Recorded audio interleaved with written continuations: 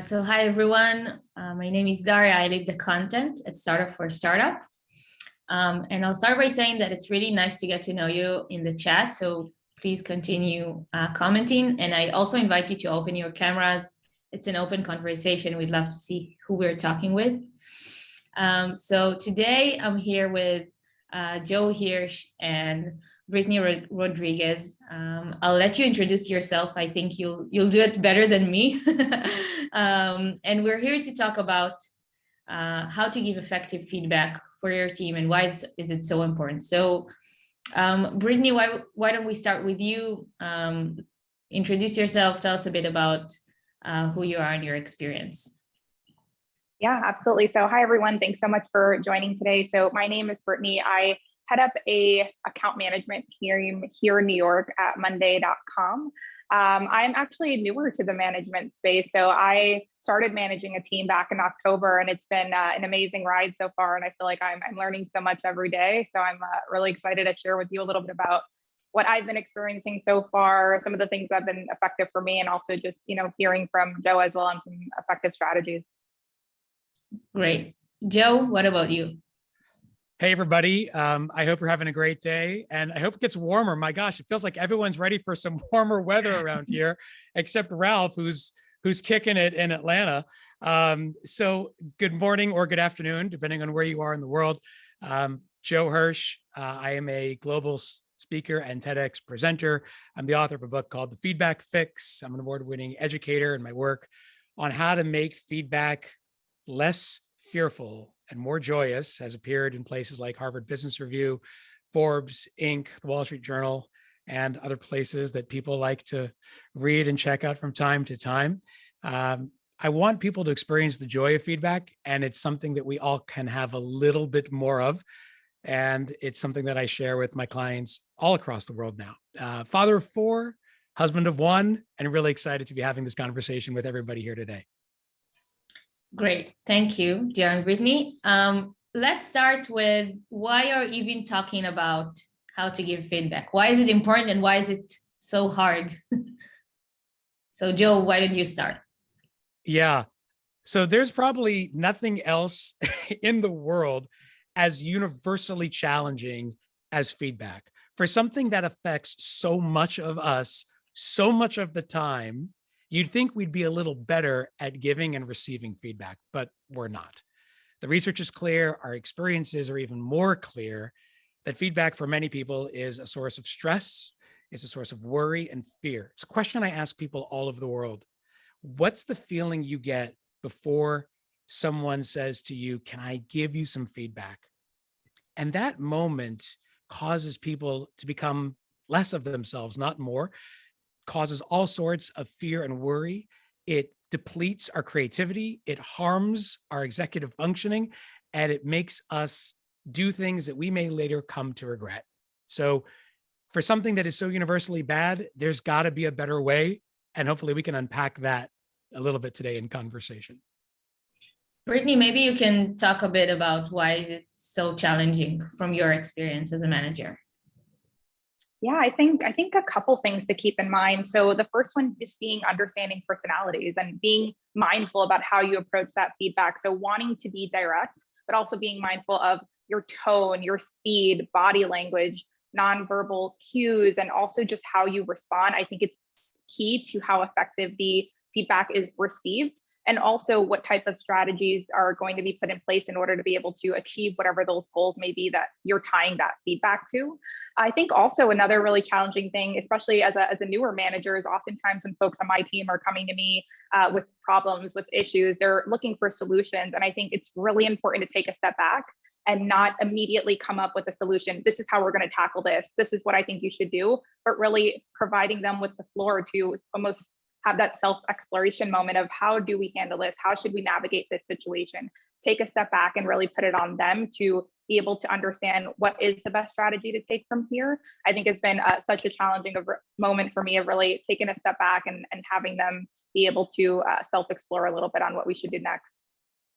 Yeah, It's I think an important point. Yeah. No, go ahead, Joe. I'll say, Brittaney, it's such a critical point you're making, because too often managers feel like they have to be the problem solvers and that people are the problems. And and honestly, that really hits to three things that get in the way of these constructive conversations. Managers today simply don't have all the information at the time that these issues are coming up, right? In a world that is becoming increasingly interdependent in terms of the work that we do and complex in the types of work that we're putting out, uh, different teams, different functions. It's hard to know who's doing what. It's just very hard to have all those answers. And so we enter with a little bit of blindness. We don't have all the facts. And even when managers have some decent data to work off of, the data may not be so clear to them, especially if there's been a lot of time that's been going on from the moment that something is happening to the moment that something is actually being discussed. And so researchers talk about this thing called a forgetting curve. We kind of know it, we go through it, that we learn something and then we forget about it almost immediately as soon as we start to process it. And that forgetting curve is this sudden and steep loss of information, almost 50% of which is lost within the first 24 hours and just steadies and gets worse over time. So by the time we have these conversations with people, even if we want to be the problem solvers, we don't have all the facts and neither do they. So that blindness and that sense of bias, like I just think I know what I'm seeing when really I may not have all the facts, makes it so hard for people to have these constructive conversations long after they've taken place. Also, I think like on a very personal level, like Brittany, what you said about having people having different personalities, and also you as a manager, sometimes you have a very different personality than the person you're managing. And then sometimes you have a very good system to giving feedback that works for you, but it doesn't necessarily work for the other side. And I think it's another challenge to really create that match between the two people and create that format that works for all sides. Before we continue, I just want to say that you can feel free to send us questions along the way. You can either do it in the chat publicly or just send it to me personally and I'll ask it at the end of the event. So feel free as we go to just write to us. So let's talk a bit about how to create an environment that even allows you to give feedback, because sometimes you can even feel that it's wrong to give feedback right now, right? Or that if I'll give feedback to someone, they will take it completely the wrong way and we'll have nowhere to go from there. So how do you address that, Joe? Yeah, so a lot of people wonder about how do you have these more constructive conversations, especially when the stakes are high. And I often advise people that when it's high stakes, you got to be high touch. And the trick is not so much in what you're saying, but it's what others are hearing. And to do that, we really have to change the tone and even the trajectory of these everyday conversations. Instead of looking back at a past that people cannot change, which I don't know about you, that was certainly the kind of feedback I was getting a lot of, feedback that arrived too late, that was focused on events that I could not change and control, and that ultimately put me in a position of weakness, not strength. We have to shift course. And instead of looking back, we should look forward. And I like to think of this as a shift from feedback to feed forward. Feed forward is this bold alternative to how we have and hold these most important conversations in life, at work, with colleagues, with our bosses, with our family and friends. And it's a strategic shift in thinking about people, not so much as problems, but as Brittaney pointed out, problem solvers, not so much focusing on the past, which can't change, but the future, which still can evolve. And instead of focusing on weaknesses, really activating people's sense of strength and self, and approaching as a partner, not a power broker. And these small shifts, both in our mindset and in our message, can make a world of difference in how the message is shaped, shared, and ultimately received.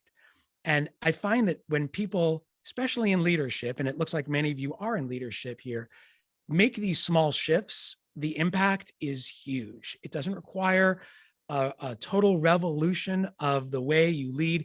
It's more about an evolution of your feedback style, and allowing yourself the time and the space to really gather information, to approach with more humility and inquiry, to be a learn-it-all instead of a know-it-all. That small shift allows you to be received more as a partner by the other person and to make feedback more natural, that it's an everyday part of how we work. It flows with the rhythm of what we do. And ultimately, it's designed to help people become and experience the fullest selves, and not to make them feel like they're coming up short. Before we dive into like this method, Joe, maybe Brittany, maybe you can share a bit about like how feedback works at Monday. Like, do you feel comfortable providing feedback at all times, or maybe do you have an experience where you didn't feel comfortable sharing feedback? How was it like? Yeah, I would say overall at Monday, I think we've really created a culture where feedback is welcome. I think oftentimes when we're either launching a new feature, there's a new improvement being made, there's new materials going out, there's always an opportunity for people to be able to provide feedback, and there's always that open door to do so. And I think that's something I really have admired at my time at Monday, is being able to have that discussion, especially cross-departmentally and especially with a global company. Also, I think the culture that we've created in being able to have regular discussion with our C-suite, we can submit questions to them. We can, question, why are we making these decisions? What's our vision? How are we going to approach, a situation? I think has really created that environment where you tend to see people across the world of any different level feeling comfortable to ask these questions. I also think creating some sort of formalized structure has been really beneficial. So since my time at Monday, we have done performance reviews, moving towards a process every 6 months. We're talking about, what are your goals and how are we getting there? And I think having something like that in place has been extremely helpful. Something I'm trying to practice with my team is making sure we also revisit that, right? No one likes the idea of having the end of the year or the 6-month performance review. You jot down your goals, you never talk about them again. And then when it comes to those performance reviews, there's tons of surprises. I think it's so important to keep the conversation going. Let's continue to have a discussion. We talked about these goals in January. Let's continue to revisit it. Maybe if I really noticed a moment in one of my reps where, hey, in January, we talked about this goal, hopping on that call with you and the customer, I thought you did such a really great job there, and being specific to tie it back. Or on the contrary, if we're having a conversation about, hey, let's revisit those goals we discussed back in January, how do you think you're progressing against them? How do you think we can improve? What can I do to support you in getting there? I think it's so important to just maintain that and make sure it's a continuous discussion. I really agree. And I think it's also a good tool to like eliminate emotions from the equation, because sometimes you can feel really uncomfortable just coming up to someone and giving like not so positive feedback. But having these goals to rely on and simply say, these are the goals we defined together. These are the things we are aligned on, and these are the things that are not working according to the goals. It makes things so much more constructive and practical, instead of saying you never do something, or you did something like your performance is really bad. Like, you can really focus on specific points and goals. So I really relate to that. Maybe we can talk about some challenge you experience currently, and then dive deeper into what Joe was talking about earlier with the feed forward. So do you have any challenge in mind that you can discuss now? Yeah, absolutely. I guess one example, so I did have a situation where, someone came to me with a challenging situation that they were dealing with at the time. As they were sharing, I took the approach of trying to be a good listener, or what I thought was being a good listener. So I was trying to provide them with my undivided attention, making sure I was presenting a lot of these nonverbal cues. So making that eye contact, making sure that I showed I was being empathetic to the situation. But what I didn't realize is that I was also saying things like, yes, absolutely, I understand. In the moment, I'm thinking I'm validating the fact that I understand what they're feeling, and I understand that they're feeling an emotion about what's happening. But when they stopped sharing and they asked my opinion, I had different thoughts and perspective. And this was jarring to them. I remember them saying, I thought you said, yes, absolutely, you understand. But my intention was not, yes, I agree with everything you're saying. It was more so, yes, I understand where you're coming from. So that was a really big learning experience for me. I think it's so important to be mindful of how we respond in these situations. What are the words we use? A colleague of mine, actually here at Monday, who I really admire, I shared this situation with them, and they shared with me that the approach they try to take when folks are sharing feedback is saying, "Thanks for sharing." This is really going to help to avoid them thinking that I'm in complete agreement, but it's still validating the fact that I'm here, I'm present, and I'm listening. So Joe, it sounds how like would you had a case, Brittaney, where you were just trying to make the person feel heard, but in the end, they were the ones who didn't really hear you. Is that right?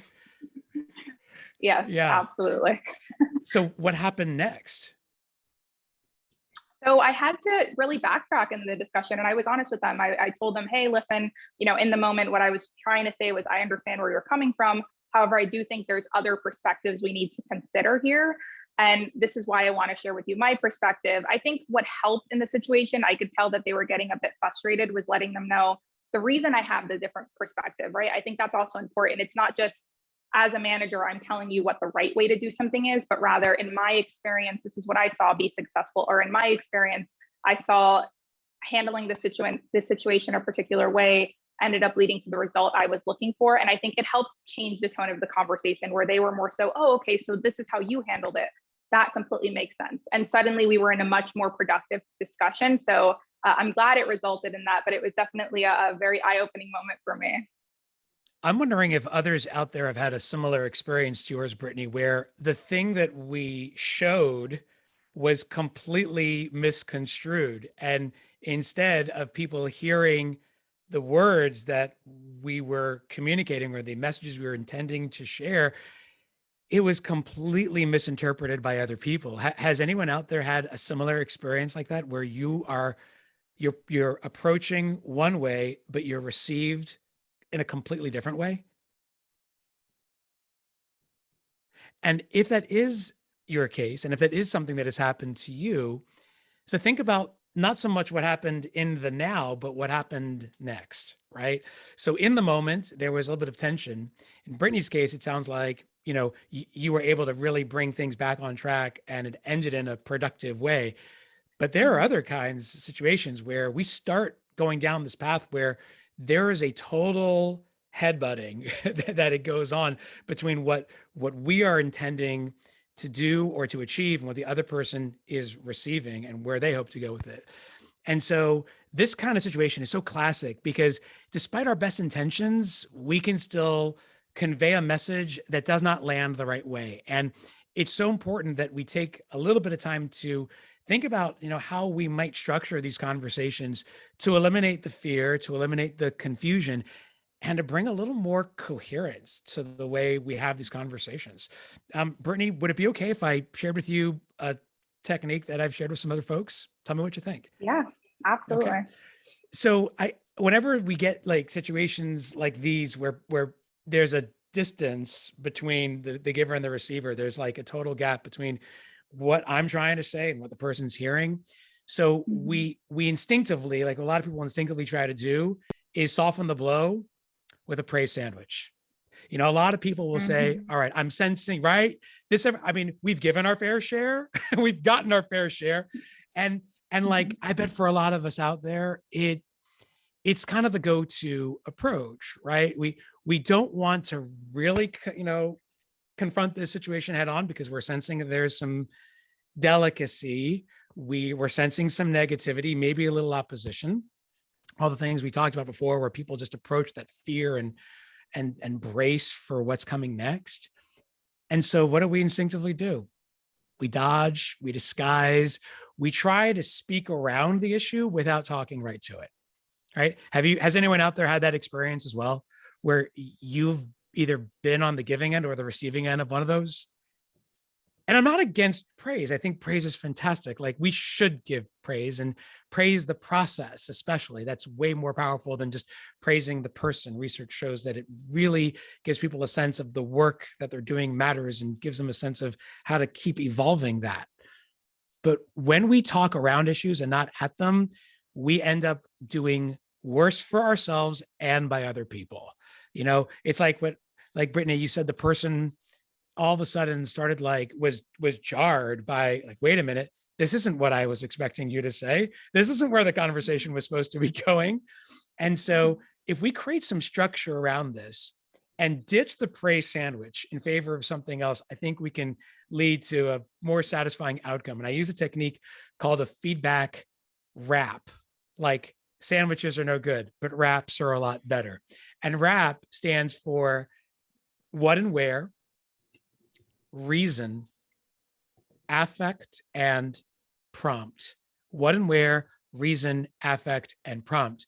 And for all of you out there today, I know Guy has put together some great resources for continuous learning after we finish up here today. And some of the resources that we'll be talking about today will be available for you. So be sure to check out the post-game wrap-up, because I know that Guy and the rest of the team at Monday, Startup for Startup, have wonderful resources to keep the conversation and the learning going. So the way to handle these conversations in a more constructive, caring, but candid way is to let people know exactly what's happening and where it's happening. Don't hold back, speak to the issue itself, to talk about the reason why you want to raise the conversation. So if there's something going on, be specific about the reasons. And maybe Brittaney will dig into a little bit more about why that's important. To then turn to the affect, the emotional toll that this is causing, not so much for you, but also for others on the team, why this really is having an impact on other people and how that impact is being felt by others. And then finally, to prompt them for their ideas and suggestions about where to go next with this information. What and where, reason, affect, and prompt. It's a much more candid, caring, and yet collaborative approach that allows people to know exactly what's going on, to have the power to speak into the solution, to be your partner in that process, and ultimately to own the solution because it's something that they've come up with and not you. Okay. Brittaney, do you want to comment, or does this make sense? Yeah, absolutely. It's, I think, also something that's, super important that I think Joe raised is around being as specific as possible with the feedback, right? So perfect examples in the challenging situation that I was sharing, I think at the beginning of the discussion was a little bit more vague in terms of this is my perspective, but I think kind of latching on to specific examples, it's so much more tangible. What can I do to potentially, let's say, change a behavior? Or how can I look at something more holistically? I think is so important. Whereas sometimes I think we can tend to give feedback and it's more vague. You did a great job here, or I think we should improve on how we work with our other colleagues or how we work collaboratively. I think it's not tangible. There's nothing that can be taken away from that. So I think taking the more specific approach of this is what happened, this is the impact, not only that it has on the team, but also what it has on your goals. So kind of going back to those goals with my team, I always try to revisit that, where because of what's happening, this is going to impact your ability to get to X. You have this destination. It's going to be really challenging for us to get here. So what can we do to improve upon that? And to Joe's point, making it a discussion, right? No one wants to get into a meeting with their manager and they're saying, hey, I need you to do this thing and it needs to be done this way. And this is why it'll be successful. But more so let's make a discussion. You have this goal.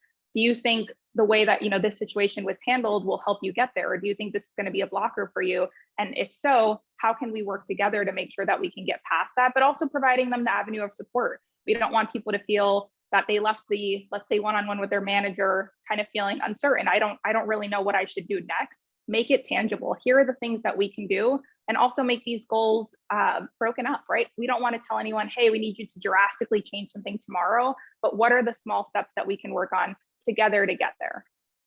And also the point where Joe mentioned that it should be prompt, I really want to add that to what you said, because if you're using specific examples, then this is something we really try to practice on our team as well.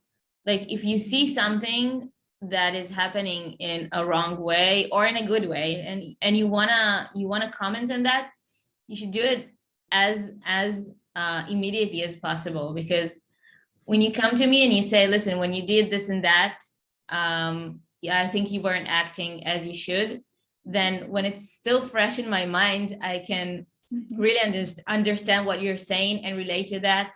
And also try and understand immediately what I can do differently next time. But if you'll come to me in a week or two and say, hey, remember when you did that call and you didn't answer to the customer in the right way, I wouldn't have any idea what you're talking about. Yeah, I love that you just unpacked two meanings of the word prompt. It's so fantastic. So right, absolutely, Daria, that when too much time goes by from the moment that something is happening to the moment that we're talking about it, so we forget a lot of it, and then it becomes a game of like putting the puzzle back together. And here's what I think, here's what you think, and that's where the conflict really starts to set in, because we're no longer approaching as partners, right? We're approaching with a power imbalance. You as my manager and me as your report, and here the view belongs to you, right? You've got the power, you've got the position, and you've got the perspective. So we're going to go with your way and not mine. And Brittaney, I think you said it perfectly. When we give people more space to step into these conversations, they're the ones who are closer to the problem, but they're also closer to the solution. And our job is really not so much to force a change on people, but to unlock an insight. And that's ultimately, when you practice feed forward, that's what we're doing. Whether we are in leadership or not, we are there to enlarge and to expand someone else's view of himself or herself, to give them the bigger picture and the bigger perspective. And our job is simply to unlock those insights and frame the problems so that people can see them more clearly for themselves. And then ultimately, when they take action with our support and permission, they're the ones who now own that problem, but also own that opportunity. And when we own it and we feel that sense of mastery over it, over that goal or over that next step, we're more likely to do it because we feel like that sense of ownership is going to guide our next steps. I want to move to Q&A, unless Brittaney, if you have anything to add. The only one thing I was going to add was I love that, that last piece that Joe really said. I've identified that a lot with folks where I'll tend to give them the open floor to provide the feedback. And what I try to do is reiterate. So if I understand correctly, this is the situation you're running into, this is how it's impacted your situation. And what I've seen is sometimes you can see a shift in their tone and also how serious they feel that the situation is at the time. Sometimes even kind of mirroring that back to them and having them kind of take a moment to digest that information, you can tend to see a shift where I've seen people take a step back and they're like, actually, you know what, you're right. Maybe the situation can be handled in this way, or maybe I do need to approach it in a different perspective. And I think even kind of making it more of that discussion opposed to this is the problem, let's fix it, but more so if I understand correctly, this is what you're running into and this is how it's impacting you. And this is what you think that we can do next. And really, I think it makes them feel like they're a part of the discussion. And also kind of going back to that self-exploration piece, they're able to unpack a lot of that themselves. And in some cases, you'll see a shift where they come up with a solution and they'll tell you, actually, I think I'm going to approach it this way. And it might be something you as a manager have in the back of your mind, but it's so much more rewarding for them to have that moment and you to be able to witness that. Definitely. Okay, so let's move to Q&A because we received a lot of questions. You can also continue to send me privately in the chat. Some of you did it. So we received a lot of questions about giving feedback to different types of like not just to our employees, but also peer-to-peer feedback or giving feedback to our managers. Okay, so let's start with that. How do you give feedback to your managers, especially if they're not always open to hearing that, or that there is a lot of ego in the situation? How do you approach that? Yeah, people feel concerned about sharing information up because at that point you're worried about losing your standing in front of your boss, right? And that's why people tend to hold back and not speak up. The first thing that we can do to create a healthier feedback culture, and it really starts with the leaders themselves, before we address like what we can do, leaders need to set the conditions to get the kind of feedback that they deserve, right? And so if they want a great feedback culture, they've got to be the ones to make that clear from the start. And they can start by modeling that by asking for feedback themselves. A lot of leaders now recognize this is a critical part of their leadership. It's not just about earning trust and building better relationships with their team. It's about business outcomes. And unless you're getting more information, like we said earlier, the work is too interconnected. It's too complex. A lot of it is happening offline. Not everyone is in the same office together. We're a distributed, highly matrixed workforce. And so when the information is scarce and the visibility is slim, how do you know more? How do you get good data? And it really starts by asking for feedback. But let's say the leader's doing that and you still feel like you have something pressing you want to share, but you're worried about how it's going to land because it's actually feedback that's going to be the complete opposite of everything your manager has been doing so far. And so the first thing that I've seen to be very effective, I counsel clients in this as well, is to start by building reserves. Okay. Start to approach colleagues and ask them if they're seeing the same thing that you're seeing, just to check your instincts on this. And you might start, for example, if it's a decision on process and there's something procedurally that's happening that you don't necessarily agree with or feels in the best interest of the product or the company. So ask others for their points of view. And if you start to find that there are lots of people who are thinking the same thing that you are, and you are worried about the same things that you are, you know that your instincts are right. But if people say, yeah, I don't really know, I haven't really noticed that, or I'm not really seeing that, or yeah, that happened once, but it hasn't really happened often, you might want to self-check the feedback and then just revisit your position. But if you see that there's enough people that are thinking about it and you've built reserves, you know there's strength in numbers. You might then set a time with your boss. It might be either part of a regular meeting that you have where he or she is giving feedback to you, or it might just be something that you set up with them. And you say, look, I want to share this because I really care about our company, I care about our product, and I care about our relationship. And I appreciate that whenever you know that something's going on with me, you're always there to share information. And I really appreciate, the trust that we have that you can give me that feedback. I hope that I can do the same. And I wanted to point something out and use the same RAP model: what and where, reason, affect, and prompt, because this is a way to depersonalize and de-escalate the stakes. You're being very specific about the concern you have. You're giving your reasons for why you're raising it. You're talking about the larger impact, whether it's on others or on business outcomes, at least from your perspective. But then the prompt is really important, because you're going to ask your manager at that point, are you seeing this the same way? What are your thoughts? Now, one of two things might happen. Your manager may say to you, actually, I don't see any, I don't know what you're talking about. And that's the risk we always run, right? And it happens, you've done your due diligence, you've built alliances, you've tried to really identify the problem, you shared it in a constructive, clear, candid way, and yet you feel like it wasn't received. Don't be defeated or deflated.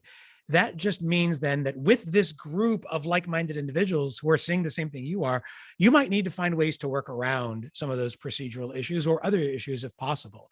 Not to go behind your boss's back, but to find ways to support those deficits, or at least the ones you see, to strengthen areas that need to be shored up. From there, you can also really try to become more of a feedback magnet. Some of the reasons why bosses may be uncomfortable sharing feedback, or at least receiving the feedback with you, is because they may not feel like you're necessarily the kind of person who likes to seek it. And so they feel like there's a little disconnect. But if you show yourself to be someone who's eager in receiving feedback, who is looking to build your career and to develop your greatest strengths, then they're more willing to see you as someone who has a vested interest in the success of the team. And they're going to take your feedback more seriously because they know you take it seriously as well. Brittany, do you have any experience with giving feedback in these areas, like to someone that is your manager or even higher than that? Yeah, absolutely. I do. There's a specific scenario that does come to mind where we were running into a bit of challenge with a specific scenario. We weren't seeing the results that we needed. So even being, newer on the team, it's always a little bit, you're hesitant, right, to provide that feedback. The team might have been working on this big project for 6 to 12 months. They're feeling really good about it.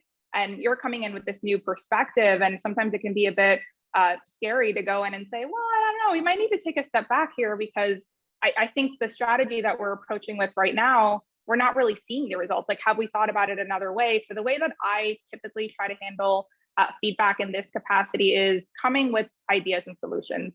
Obviously, it's not always going to be the perfect scenario and the perfect case, but I think up-leveling these conversations and sharing with your manager that, hey, I know we're taking this approach. Here are some other things that I'm thinking about that we could potentially, alter the strategy of how we're using it, or can we test this out? Let's see if it works. If it doesn't, we want to go back to point A, that's fine. But I really think that we need to hit these goals and we need to get here, and maybe we need to be thinking about and trying different things. I have a goal I have to hit, knowing that this strategy isn't working. Do you mind if I, take this and go ahead and test it with my team, or go ahead and test it with a specific group and see what happens? And I think being able to have that discussion, I think it does build the rapport, but it also comes off as if, you're thinking outside of the box. You're also coming up with solutions. It's not just a one-sided thing where, hey, this isn't working, what are we doing? But also, hey, this isn't working, have we thought about it in a different way? Yeah, definitely. I think coming with a solution and not just complaining about something is really important to the process. We also received questions about how can we promote peer-to-peer feedback? So not just necessarily you're the one providing it, but also how to create that environment where colleagues provide feedback for each other. So yeah. Well, one of my clients says something really neat. They do something every Friday called Cause for Applause. And they get everybody together. Now they're back in their offices. And so it's actually something that's happening face to face, but it also happened virtually over the course of the pandemic. And it's company-wide, it's in all hands. So they've got lots of different units and functions there. And so each member from each team shares something great that happened in the life of that team that week. And they also, at the same time, share something that didn't go great, because both are cause for applause. The things that worked and the things that didn't. And a couple of neat things happened as a result of these meetings. So first of all, lots of people felt comfortable being open with each other because there was no pretense at this meeting.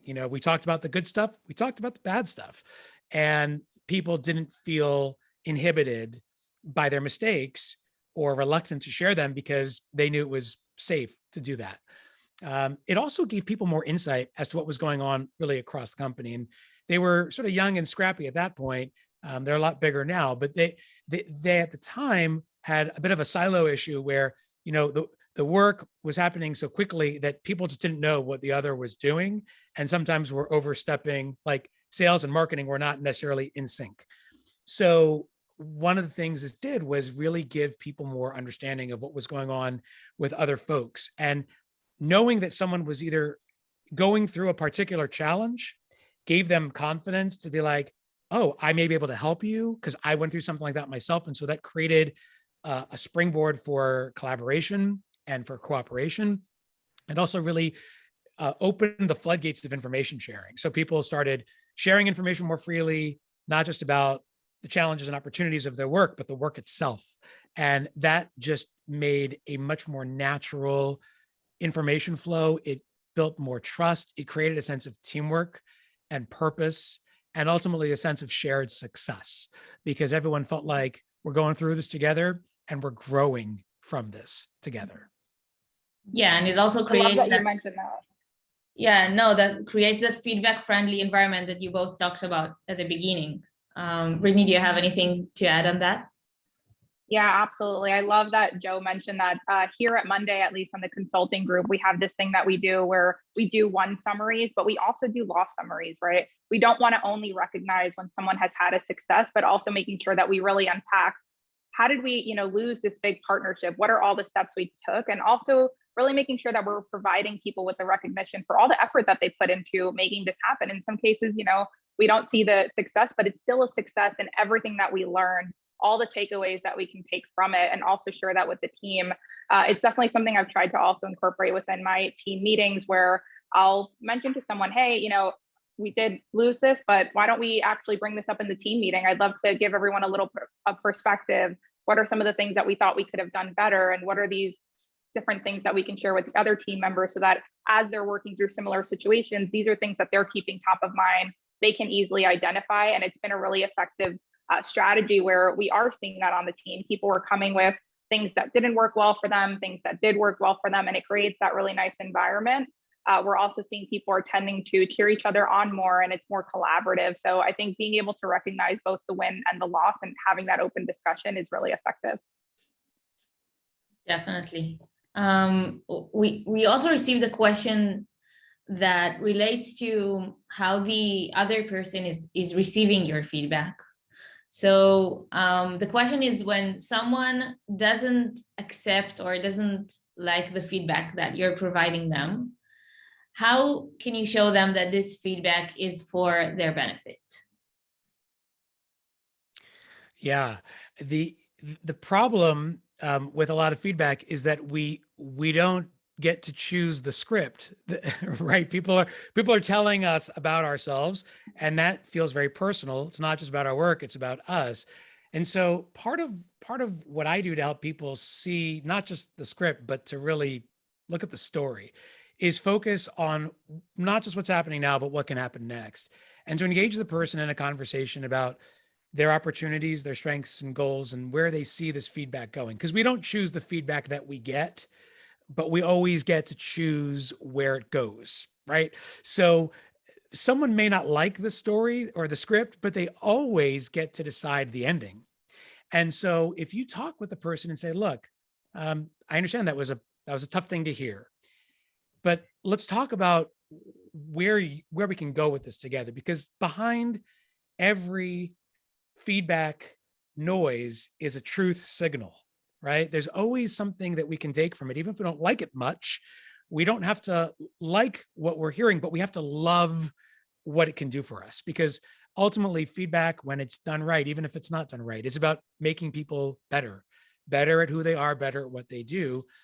Sometimes the style is off, sometimes the technique is a little bit off, but ultimately, at its core, feedback's meant to make us better people. That's something we should welcome.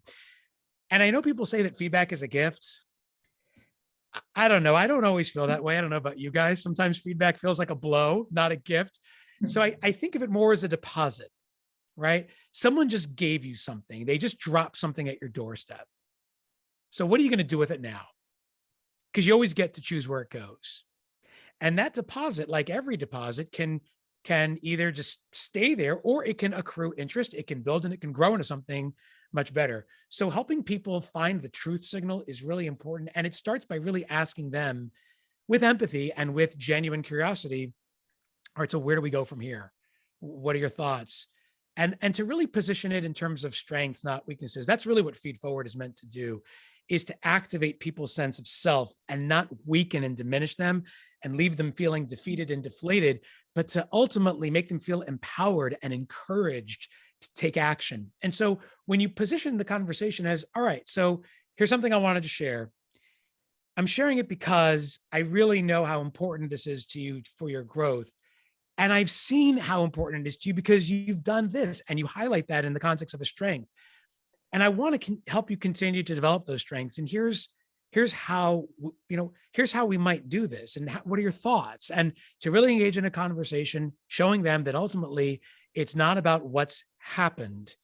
It's about what's going to happen next. And the now we can't change, but the next we can. And that's where I think the gift and the benefit really lives.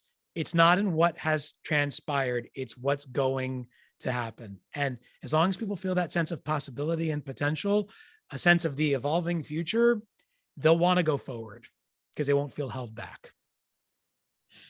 Brittany, anything to add on that? Yeah, I think it kind of goes back to what I had mentioned earlier around goals. Whenever I'm delivering feedback, especially when it's critical feedback, making sure that it resonates with the goals. In this specific scenario, potentially how this was handled, it might end up impeding our ability to get to this specific destination. Or maybe your goal is to be able to, be recognized as a leader on the team. I think potentially how we approach this might hinder that. What do you think that we can do better going forward, and how we approach these situations? Yeah, I also think that, and I was just talking about a similar situation with one of my colleagues, that approaching the feedback and seeing it as a mutual problem that you're both trying to solve, and not like as something personal towards the person you're giving feedback to, really helps construct the conversation in a way that you're both trying to reach a solution and it's not something against that person. This is something that really helped me when I started having these conversations. Any more questions? Like if someone wants to open their mic and just ask, we can do that before we end things up. Okay. So we're close to the end. While we're talking, Guy's going to send a link to the feedback form. We would really appreciate if you all fill it just like for 30 seconds. Take 30 seconds of your time and fill this out to really help us improve. I would really like to hear from you two, Brittaney and Joe, if there is something really important that you think that you want people to take from this, like last tip you want to share from this conversation for managers who are experiencing these challenges right now. Brittaney, why don't we start with you? Yeah, I would say I think the biggest takeaway is really just focusing on what is this person's goals, not only professionally, but also personally. What do they want to do? Who do they want to be? And making sure that we're leaning into that, right? A lot of the things that you're going to do on a day-to-day in your career are also going to impact who you are as a person, the person that you take back home to your family, to your friends. So I think being really mindful of making that holistic feedback, I think is really important. And that's at least what I've seen resonate with folks. Amazing. Joe? Well, I first just want to thank Brittaney for sharing such great insights and field experiences with us today. It really enriched our conversation. So thanks, Brittaney. And thanks to Guy and to Daria for putting this together. It's always great to be able to share with like-minded individuals who are doing great work, and you guys are doing great work. So just keep at that. I think alongside what Brittaney said, I would like to add one more thing, and that's the opportunity that we have as managers, whether we are leading others or whether we are leading ourselves, because we're all in the business of leadership today. And ultimately, every one of us has an opportunity every single day to change the tone and the trajectory of these conversations. We can leave people feeling like less of themselves or like more of themselves. And that is the choice, and that is the chance that we get every single day in these roles. And so I hope that people leave this conversation realizing a couple of things. Number one, feed forward is not an all or nothing proposition. It's probably something that bits and pieces of which you're already doing. And it doesn't have to happen all at once. It can happen over time. Leadership is evolutionary. Feedback is a relationship. Relationships evolve over time. And so invest in relationships and you'll invest in the quality of these conversations. Relationships first, feedback second.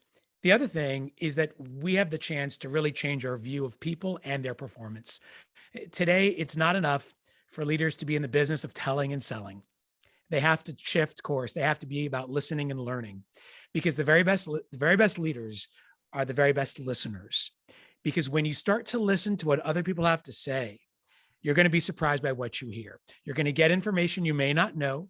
You're going to earn trust that you may not have. And you're going to serve the goals of your company in ways you could not have expected.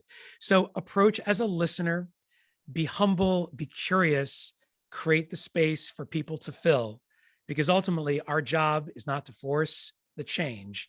It's to unlock that insight. And when we give people the space and the time to become the very best versions of themselves, we will have done the work of feedback. And that is to help someone get just a little bit better. I think we couldn't have wrap it up better. So thanks a lot, Joe and Brittaney. It was really fascinating hearing both of you. Thanks all of you who joined. If you have any questions, you can send it also through the feedback form. We'll make sure to answer everything. And we hope to see you at our next event. Thank you.